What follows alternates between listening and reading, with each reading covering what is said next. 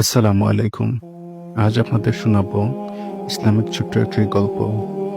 একবার এক যুবক রাসূলুল্লাহ সাল্লাল্লাহু আলাইহি ওয়াসাল্লামের কাছে এসে কাঁদতে কাঁদতে বলল, ইয়া রাসূলুল্লাহ, আমি এমন এক ভয়ানক গুনাহ করেছি যা আল্লাহ কখনো ক্ষমা করবেন না। নবীজি সাল্লাল্লাহু আলাইহি ওয়াসাল্লাম জিজ্ঞাসা করলেন, কি এমন গুনাহ করেছ? যুবক বলল, আমি ব্যভিচার করেছি। নবীজি সাল্লাল্লাহু আলাইহি ওয়াসাল্লাম মাথা নিচু করলেন। লোকটি আত্মগ্লানিত ছিল, কিন্তু তখনই নবীজি সাল্লাল্লাহু আলাইহি ওয়াসাল্লাম তাকে বললেন, এখনই আল্লাহর দিকে ফিরে যাও, তাওবা করো এবং এই গুনাহ আর কখনো না করার দৃঢ় প্রতিজ্ঞা করো। যুবক বলল, কিন্তু আমার গুনাহ তো, আল্লাহ কি সত্যি আমাকে ক্ষমা করবেন কি?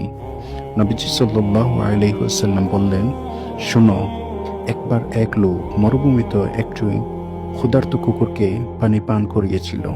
সে দেখল কুকুরটি প্রাণ বাঁচানোর জন্য মাটির গর্ত থেকে পানি ছাড়ছে, কিন্তু পানি শেষ হয়ে গেছে। লোকটি তার জুতো দিয়ে বারবার পানি তুলে কুকুরটিকে পান করালো। আল্লাহ তার এই কাজের জন্য তাকে ক্ষমা করে দিলেন।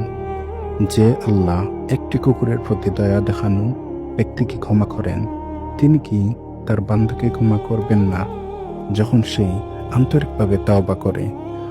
যুবকটি কেঁদে ফেলল এবং সত্যিকারের অনুতপ্ত হয়ে তাওবা করল। মহান আল্লাহ তাআলা কুরআনে ইরশাদ করেন, বলো, হে আমার বান্দাগণ, যারা নিজেদের উপর জুলুম করেছে, তোমরা আল্লাহর রহমত থেকে নিরাশ হয়ো না। নিশ্চয় আল্লাহ সব গুনাহ ক্ষমা করেন। নিঃসন্দেহে তিনি ক্ষমাশীল, পরম দয়ালু। সূরা আজ-জুমার আয়াত 39-53।